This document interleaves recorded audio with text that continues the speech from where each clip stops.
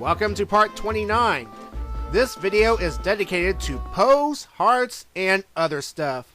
So let's start with the other stuff first. Now, if you recall, I got the male butterfly in this area, and I couldn't get the female butterfly until now. That's because we need the claw shot to grapple onto the vines here, because the female butterfly is way up here. Now, throughout this video, I will be jumping from place to place, and you'll see a bunch of continuity errors, such as me having 9 hearts at one point and having 10 hearts at the next. Again, I'm just grouping all these things together just for the sake of organization, at the cost of continuity. Anyway, here we have another Howling Stone in Lake Hylia, and in order to get to this one, we have to be human linked to climb a ladder, and yeah. And the thing is, when we howl this tune, the golden wolf will be at a location that we cannot reach yet, but don't worry, it will be on our way. So yeah, once again, just listen to me howl this tune.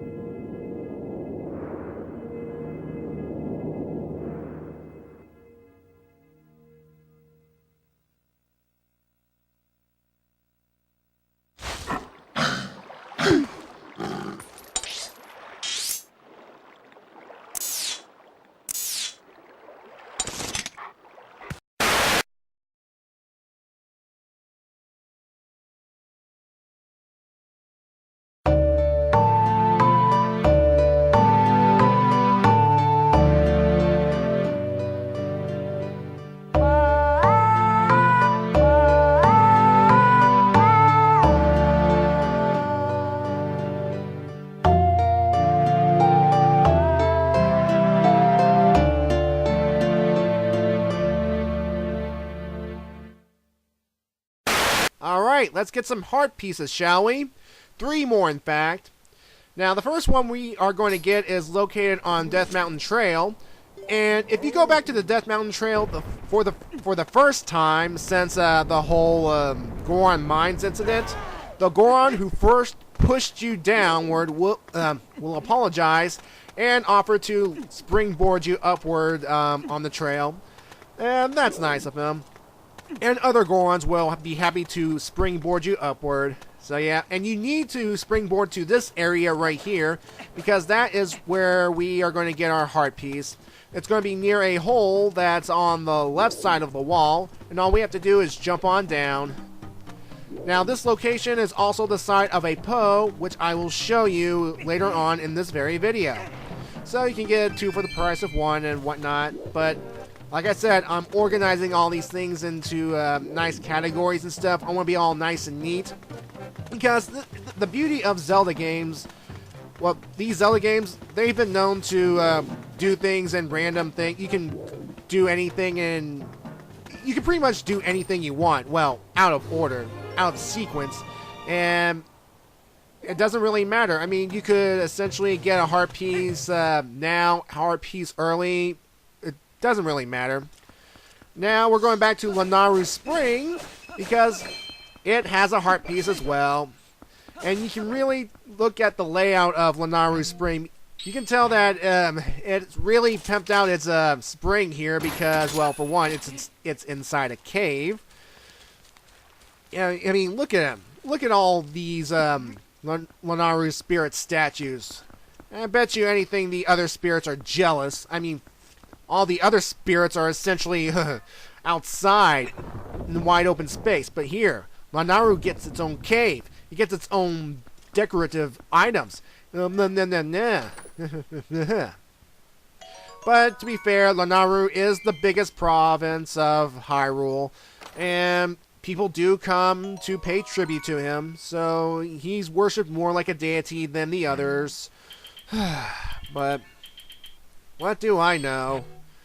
I mean, I bet you anything the other spirits are like, you know, why can't I have a statue? Ordano wants a goat statue, and I mean, but at least well, at least they get a nice bit of rain to wash things down. Lanayru is in a cave, and rain generally does not enter a cave, but what do I know? Anyway, the third and final heart piece that we are going to get in this video will come from this mini game right here. What we have to do is make sure we come here as Wolf Link, and we'll be introduced to a bird named Plum. Yeah, that's its name. Plum. Essentially, Plum's minigame involves Wolf Link and Midna riding one of these big birds throughout Zor River. And we have to do is pop some balloons, and as we pop balloons, we get points. And what you have to do is get a chain of balloons of a certain type. Now, you have to make sure that you get the right type of chain, because the more you get chains, the more you get points, and we want to get that 10,000 point score. So, yeah. Once again, we have to howl as Wolf Link, the good old bird calling song. Now, this will summon a Kargarok to us. And here's the funny thing. This Kargarok will not attack Wolf Link and Midna for some strange reason. I mean, I know it's all part of the minigame, but still, if you go back into Hyrule Field and you are Wolf Link, there are Kargaroks that will attack you. Like, ugh. Consistency game? Consistency fail? I do not know. Alright, so onwards towards Upper Zor River again. Only this time it will be all fun and whimsical and whatnot. There are no Bulbons to harass us this time around, so it'll be all nice. Like I said earlier, the objective is to pop as many of these balloons as you can, and make sure you get plenty of change, because the more change you get, the higher the point value will double, and that's really important to beating the game. Now, like Plume said, watermelons are 1 point, oranges are 3, and strawberries are 10. When you start seeing strawberries, go for the strawberries and ignore everything else. Just ignore everything else and just watch those chains climb, climb, climb. Your score will climb quickly, and you will get the 10,000 no problem. Now, be careful not to hit any walls or pillars, because once you do, you'll be in the river and will be swept way back to Lake Hylia quickly. And if that happens, Plume will flop down and say, "Oh, that was lame. You want to do it again?" And, well, do it again. Man, even the bird minigame runners are a bit cocky. What is about these video minigame guys that makes them so arrogant? Well, it doesn't really matter right now. I got the required score, so all we have to do now is just fly ourselves out of here. And just, again, be careful not to hit the walls. It doesn't really matter what thing you hit, so... Now, here's the thing about this. Once we beat the required score and get our heart piece, if you want to do this again, all you'll get is 100 rupees. And you can do this as many times as you want because this minigame is free. I like free stuff. Free is good. I guess animals do not believe in currency. Well, that's not entirely true because, like I said, if you play this game again and beat your high score, you get 100 rupees. So, Plume's actually losing money. Unless Plume is actually stealing money from somewhere else to give it to you, so... I'm just pulling stuff out of my head randomly. No way. Yeah. Yeah. Just give me the heart piece. Thank you. Thank you very much. No, I'm not completely hooked. I got what I needed out of it. I got my heart piece, so goodbye, stupid bird. Alright, the last thing I'm going to do in this video is Poe Hunting. There are a whole bunch of Poes out in Hyrule Field that we are going to kill and steal their souls because we want to help Giovanni because we are a nice guy, right? Right? Yeah. Now here's some things to remember about Poe Hunting. 1, make sure you're Wolfling. Duh. 2, have your senses activated so that you can actually see them, and you cannot attack them if you can't see them. 3, it must be nighttime. Yeah, it has to be nighttime because ghosts are nocturnal and whatnot. So, and here's where that whole not being able to change from day to night really sucks. Yeah, if you're doing some Poe hunting and all of a sudden the sun rises, you will have to wait. You will have to wait until the sun sets before the Poe reappears, and that sucks. It's like, ugh. Can't believe this is... I mean, if that happens, just park Link in a safe spot, do something else for a bit, watch some TV, get a bite to eat, go to the bathroom or something. Because, it takes a few minutes from the sun to go from night to day and all that, but what do I know? Now, there are 5 Poes in Lake Hylia alone. And, well, and 2 of them are located where those shadow creepy bugs were once located. Coincidence? I'm going to say, yeah. Or is it? Yeah, so I'm going to be cutting around to different locations. It's going to be the same exact thing. Hunt the Poe, knock it down after 2 hits, rip out the soul, and damn, blah blah blah. Now for this one right here, you have to play that whole Isle of Riches minigame again. Grab a chicken and glide down to this spot right here where a Poe will be waiting. And we have to do this whole thing one more time because we have to actually reach the Isle of Riches because a Poe is actually on the Isle of Riches. Huh. Yeah, the Poes can be anywhere and everywhere.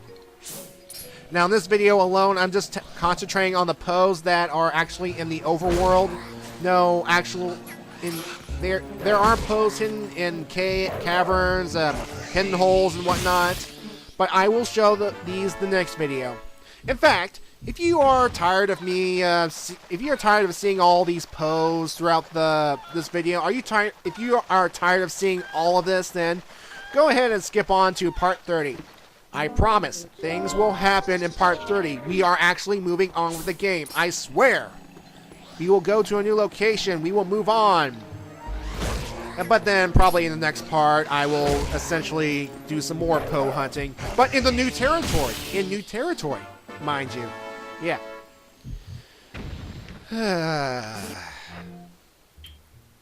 Now, I will talk about getting this Poe because this one's going to be a little tricky. You have to go to near the Bridge of Hylia, and there are these boulders right here that we have to blow up, and by blowing them up, they will reveal some claw shard targets that we have to claw or latch onto. And that's pretty much what it is. This one's a little bit tricky, but once you figure out what to do, it should be no problem. Now, getting all these Poes for Giovanni, like I said, we're going to get a bottle once we get the required number, and it's a nice little callback to the whole hunting the 10 big Poe side quests for an empty bottle in Ocarina of Time. Now, for those who do not know what I'm talking about, in Ocarina of Time, as adult Link, you get to ride Epona throughout Hyrule Field, and at certain locations, a big Poe will appear. And what you have to do is make sure you have the bow and arrow and shoot the big Poe twice. And after you hit the big Poe twice, well, it will collapse and its spirit will be floating about for a bit. And at that point, you will snatch it up with an empty bottle to sell to a Poe dealer.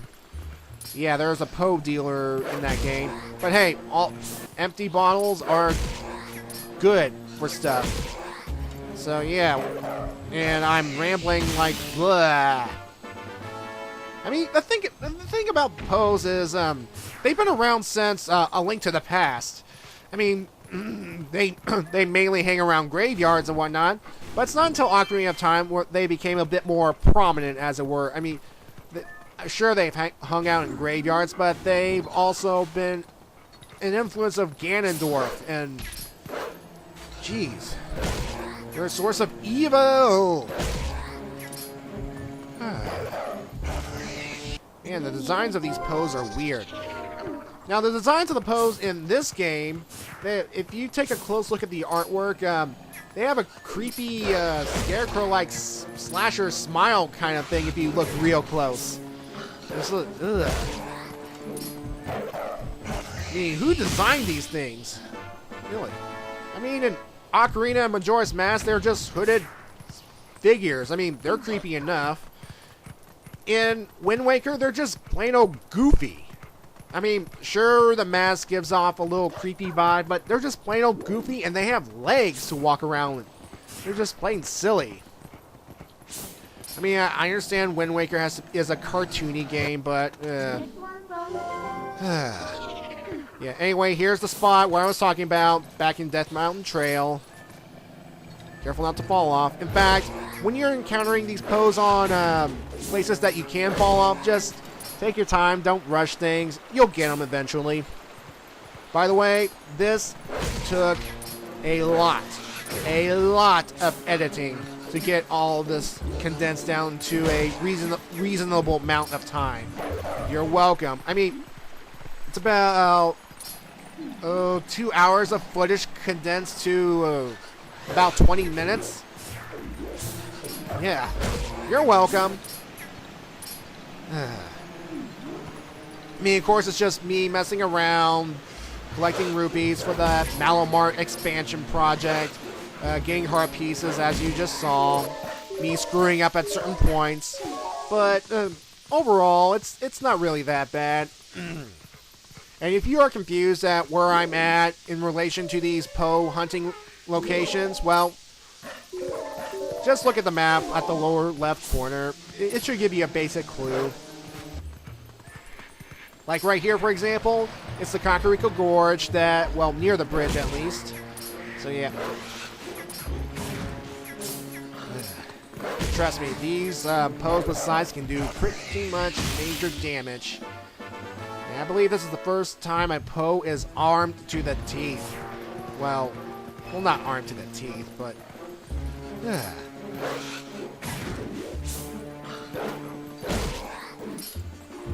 don't worry, we're almost done. Well, yeah. In fact, this video is almost done. So, yeah. In part 30, like I said, I will do a little bit more exploration, and then afterwards, I am going to move on to new locations. So, yeah. Well, until then, I will see you next time, and enjoy me killing some more Poes and stuff. Bye-bye.